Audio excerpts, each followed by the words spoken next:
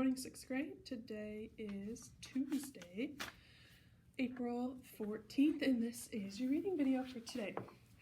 We have a new vocabulary word, and I don't know if you can see it all the way up here, but the word is uncharitable, or if you take the prefix off, just charitable.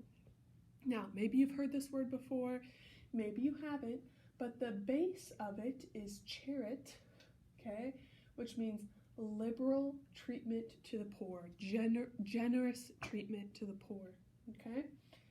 And then able is the suffix, and it means capable of. So charitable is a description for a person who is eager or willing to assist those in need.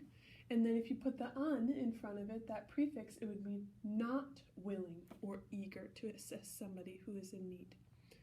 So look for somebody in the text today who is either charitable or uncharitable. If you think you found someone, go ahead and jot their name in the margin of your work today.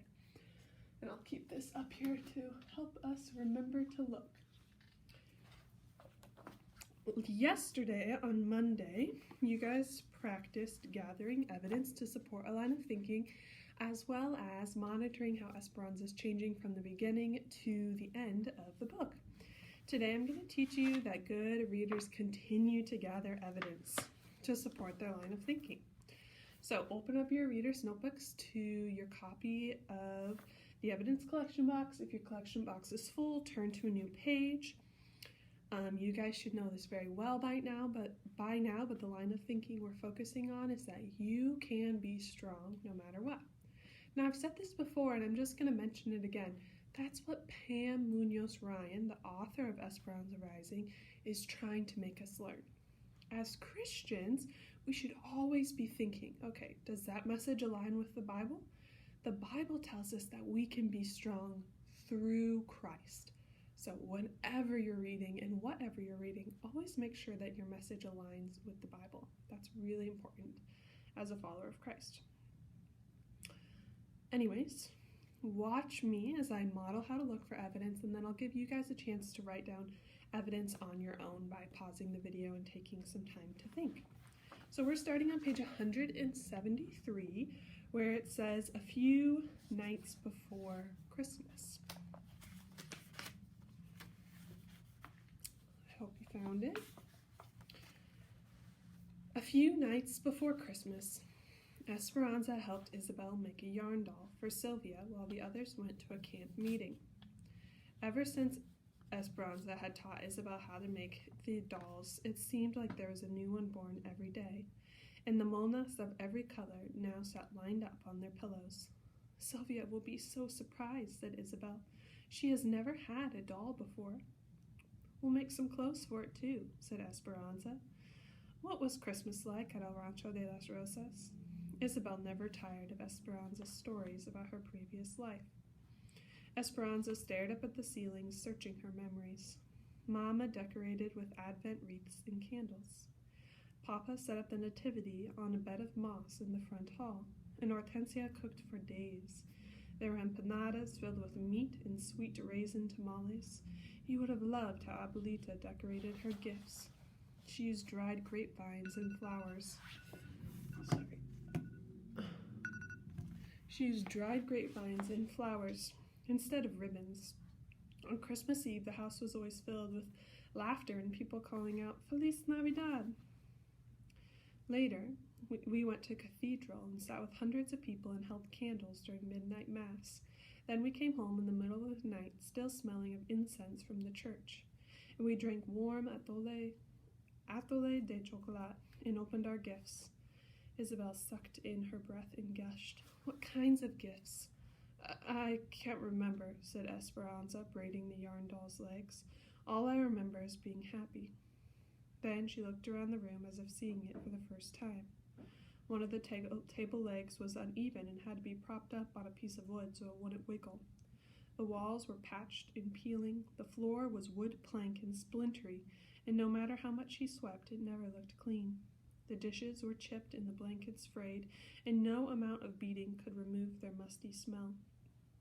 Her other life seemed like a story she had read in a book a long time ago, un cuento de hadas, a fairy tale. She could see the illustrations in her mind, the Sierra Madre, El Rancho de las Rosas, and a carefree young girl running through the vineyard. But now, sitting in the cabin, the story seemed as if it were about some other girl, someone Esperanza didn't know anymore. "What do you want for Christmas this year?" asked Isabel. "I want Mama to get well. I want more work. And..." She stared at her hands and took a deep breath. After 3 weeks of potato eyes, they were dried and cracked from the starch that had soaked through her gloves. "I want soft hands." "What do you want, Isabel?" Isabel looked at her with big doe eyes and said, "That's easy. I want anything." Esperanza nodded and smiled, admiring the completed doll. She handed it back to Isabel, whose eyes, as usual, were excited. They went to bed, Isabel in her cot and Esperanza on the bed she and Mama had slept in. She turned towards the wall, yearning for the holidays of the past, and repeated what had been becoming a nightly ritual of silent tears. She didn't think anyone ever knew that she cried herself to sleep until she felt Isabel patting her back. "Esperanza, don't cry again. We will sleep with you if you want."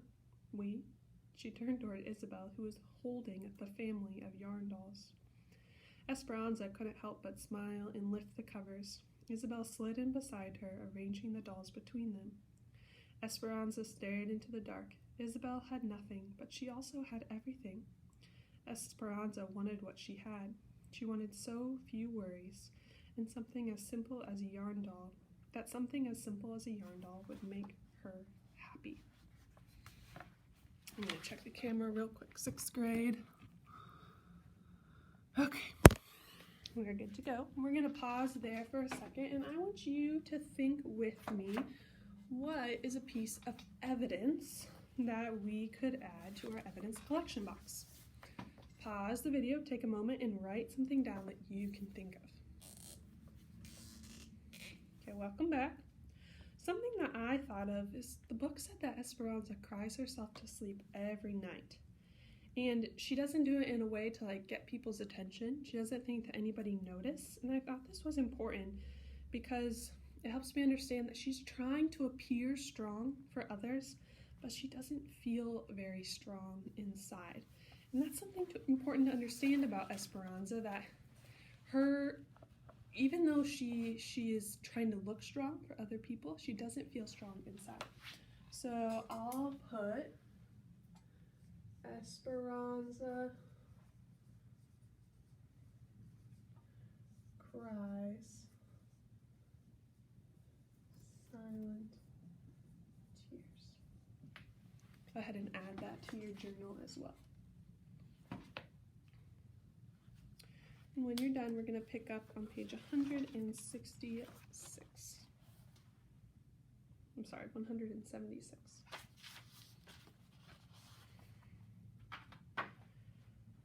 On Christmas Day, Esperanza walked up in front of the steps to the hospital while Alfonso waited in the truck. A couple passed her carrying gifts wrapped in shiny paper.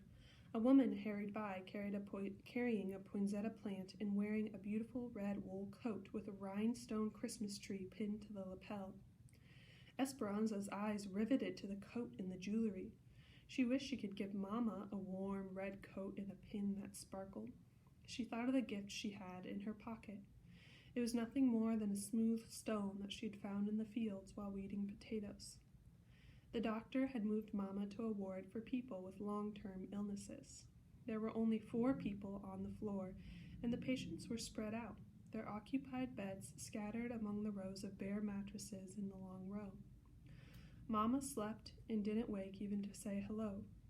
Nevertheless, Esperanza sat next to her and crocheted a few rows on the blanket and told Mama about the sheds and Isabel and the strikers. She told her that Lupe and Pepe could almost walk now, and that Miguel thought Papa's roses showed signs of growth. Mama didn't wake to say goodbye.